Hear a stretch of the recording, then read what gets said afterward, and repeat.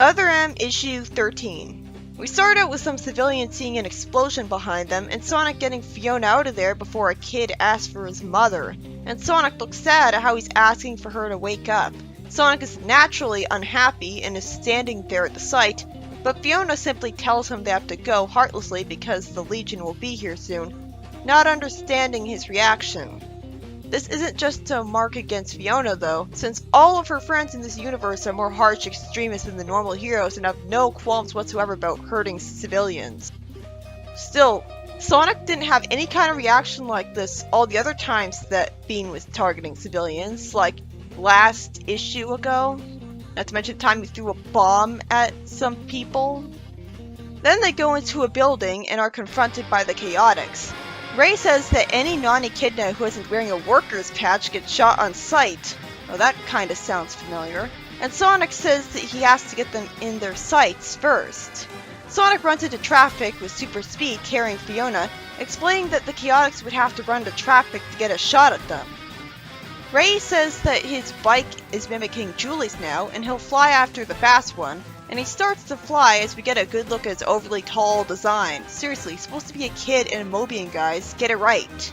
He gets hit by a truck while flying after Sonic and Fiona, as I wonder how slow Sonic is running at the speed of sound. And he's faster than normal because of his robot beat, that he didn't just immediately get to his base. Anyways, Julie gets some fire in front of Sonic and Fiona, which Sonic doesn't proceed to just run around and instead stops. Like, he could also run around it and, like, put it out with the tornado, depending on whether it's completely surrounding him already. Conveniently, Julie stops her car in front of him instead of just ramming into him, trying to press charges for rebels. Vector reasons that they don't have to do that and just shoot them instead, being smart, and Fiona shoots at her with her laser hands. They start to get away and one of her lasers hits Vector. When Fiona and Sonic get surrounded, Fiona says that there is no charge left in her robot hands, and Sonic spin dashes into the ground to escape. Lucky for Fiona, she's only dizzy, and Sonic was somehow able to keep holding her normally despite being curled up into a ball in a spin dash the whole time. Mighty and Espio catch up with them. Sonic throws some smoke grenades that apparently he had all along for this very occasion. I mean, it makes sense that he would keep them, but he should have told us about them earlier. And Predator Hawk conveniently shows out of nowhere just in time to give them a lift. For some reason, he says he can only carry Fiona when he had no problem carrying both Bean and Sonic last time, and I think he's going to carry both Bean and Sonic again later. This is unnecessary since it even said that Sonic would get back home faster by running alone, so they could have just used that as the excuse. Then later, Sonic gets a talk with Bean about the fact that he saw a little kid lose his mom today. Bean asks apathetically like a sociopath what his point is, and Sonic is angry, saying, My point is that a lot of innocent people died today, Bean. I know we're fighting a war and there are going to be deaths, but why don't we strike at the military? What's the point of killing women and children? Okay, so at least this is finally being addressed, but that's some talk coming from a guy who gleefully threw a bomb at a bunch of people and caused a Legionnaire to die, protecting all of them from it. So it's a little late for Flynn to remember that Sonic's a good person now. Bean says that the Guardian can always get more soldiers, but civilians are limited. And his insane troll logic continues to say that if they terrorize the civilians enough, his words, the Guardian will be forced to give into the hero's demands to save lives. I don't even know where to begin. First off, he gets the soldiers from civilians. Civilians sign up to be soldiers, so soldiers are just as limited. And second, saying that they're terrorizing the civilians should make it obvious to him that he's a villain and the heroes aren't heroes, just terrorists. And third, he should know that the Guardian wouldn't give a shit. Sonic tells him that the Guardian will just use the heroes as an excuse to use new weapons or make new laws.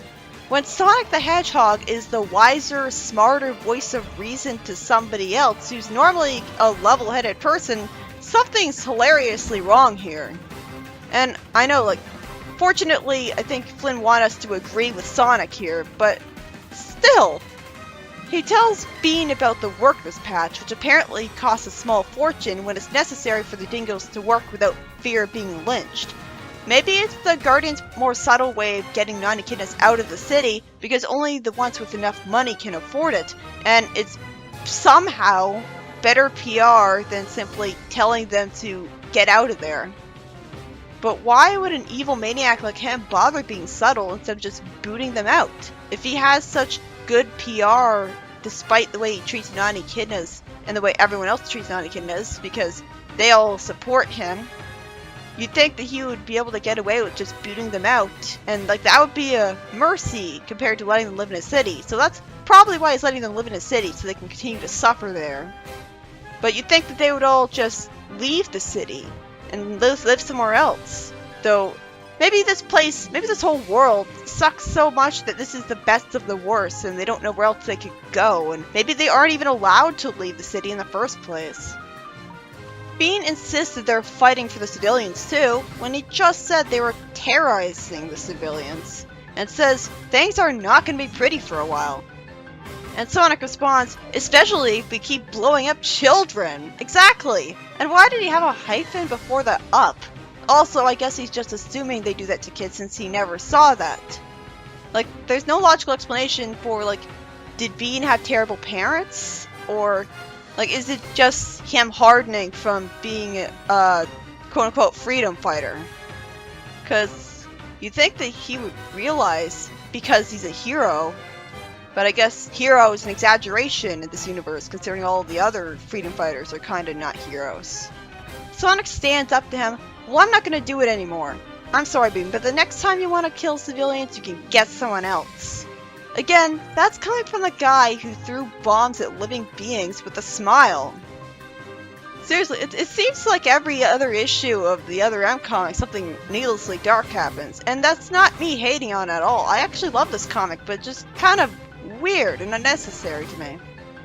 Bean says that he will get someone else, and Sonic agrees that he can be trusted to fight and kill legionaries because it's a life or death situation. Then Bean insists that the new status of martial law apparently makes it the same way